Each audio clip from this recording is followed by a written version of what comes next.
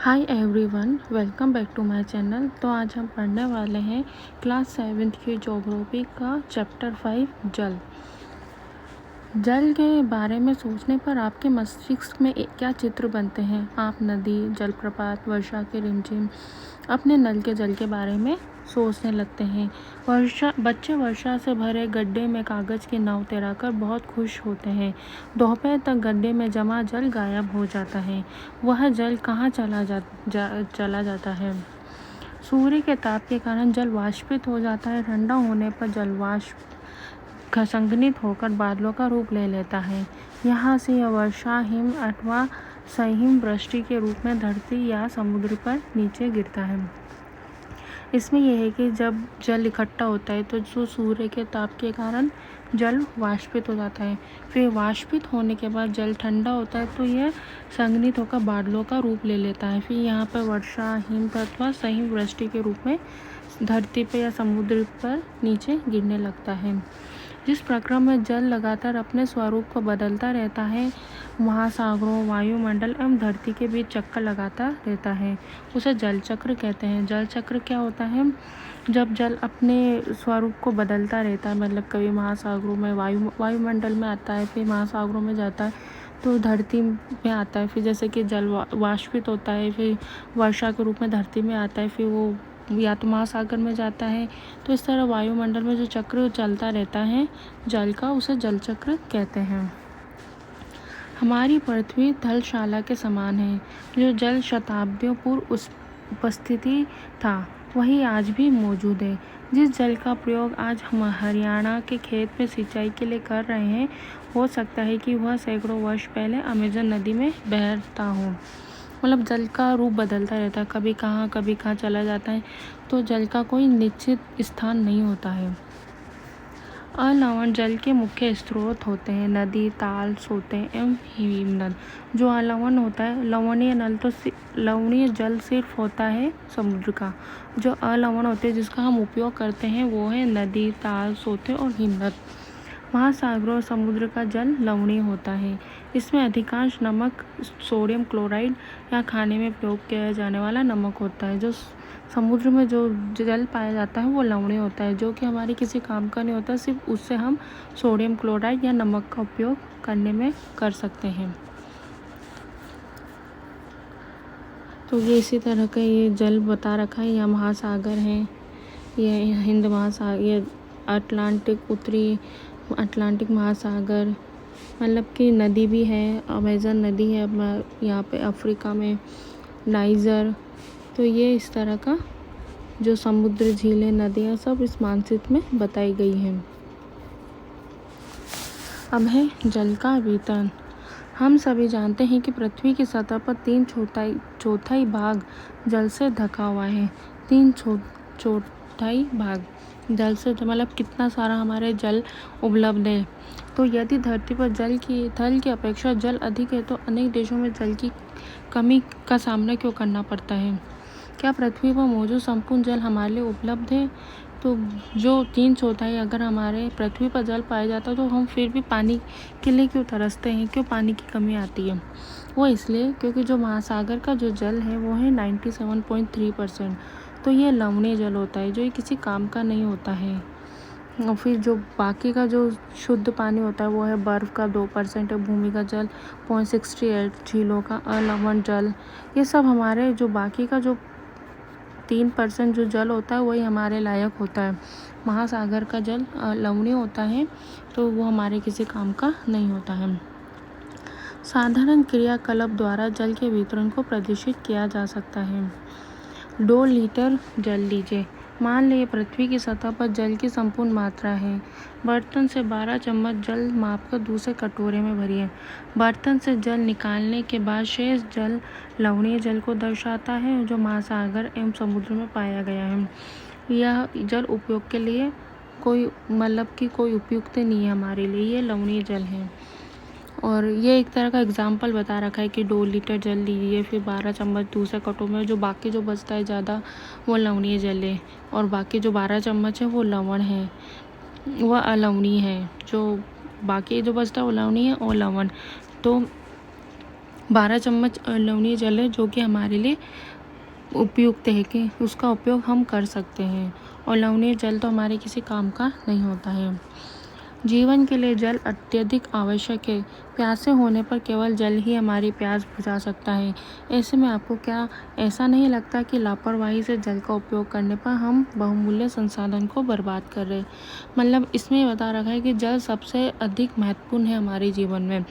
जो महासागर का जल है 97%, वो हमारे किसी काम का नहीं है, वो एक तरह का लवणीय जल है, और बाकी का जो 3% है वो अलवणीय है, वो हमारे काम का है।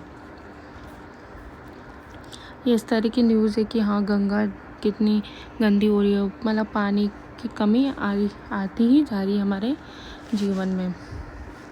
अब है महासागरीय परिसंचरण। समुद्री तट पर नंगे पैर चलने से कुछ जादुई सी अनुभूति होती है। पुलिन पर नभ, बालू, ठंडी पवन, समुद्री पक्षी, वायु में लवणीय गंध और लहरों का संगीत सब कुछ सम्मोहित करने वाला प्रतीत होता है। ताल एवं झील के शांत जल के विपरीत महासागरीय जल हमेशा गतिमान रहता है, और जो ये होते हैं नदी, ये गतिमान कम होता है, ये ज़्यादा गतिमान होता है, यह कभी शांत नहीं होता है। महासागरीय जल महासागरों की गतियों को इस प्रकार को वर्गीकृत कर सकते हैं जैसे तरंगें, ज्वार भाटा एवं धाराएं। जो महासागर में जो गतियाँ होती है वो 3 तरह की होती हैं: तरंगे, ज्वार भाटा और धाराएं। तो पहले हम पढ़ेंगे तरंग के बारे में। समुद्र तट पर गेंद से खेलते समय जब गेंद जल में गिर जाती है तो क्या होता है? यह दृश्य बहुत ही मनोरंजक होता है कि जैसे तरंगों के साथ गेंद तट पर वापस लौट आती है। यह महासागरीय सतह पर जल लगातार उठता है और गिरता है, इसे तरंगे कहते हैं। इसमें एक एग्जांपल दे रखा है, जब हम किसी भरे हुए समुद्र तट पर जैसे गेंद डालते हैं तो गेंद गिर जाती है तो एकदम से उछाल आता है पानी का, इस तरह का। तो कैसे तरंगों के साथ गेंद फिर पानी के उछाल से जो होता है वो गेंद वापस तट पे आ जाती है, किनारों पे। तो महासागरीय सतह पर जब जल लगातार उठता और गिरता है तो उसे तरंगे कहते हैं। तरंगे क्या होती है? महासागरीय सतह पर जल का उठना और गिरना तरंग कहलाता है। इस तरह की ये तरंगे उठती हैं। तूफान में तेज वायु चलने पर विशाल तरंगें उत्पन्न होती हैं। इसके कारण अत्यधिक विनाश हो जाता है। भूकंप, ज्वालामुखी, उद्गार या जल के नीचे भूस्खलन के कारण महासागरीय जल अत्यधिक विस्थापित होता है। जब तूफान आता है तो वायु बहुत तेज हो जाती है, जिससे अत्यधिक विनाश हो जाता है। तो भूकंप और ज्वालामुखी, उद्गार और जल के नीचे एक भूस्खलन के कारण महासागरीय जल अत्यधिक विस्थापित होता है।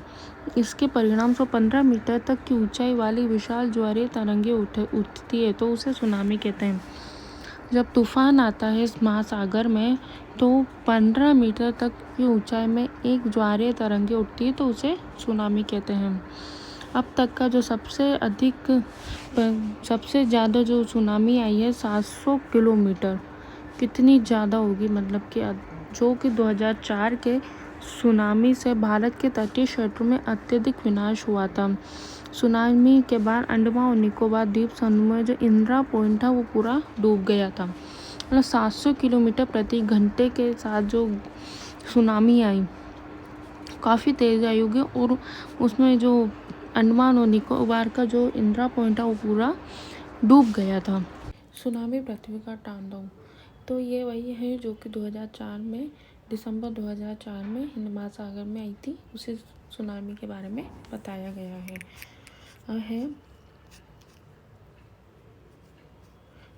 ज्वार भाटा। दिन में दो बार नियम से महासागर का जल का उठना और गिरना ज्वार भाटा कहलाता है।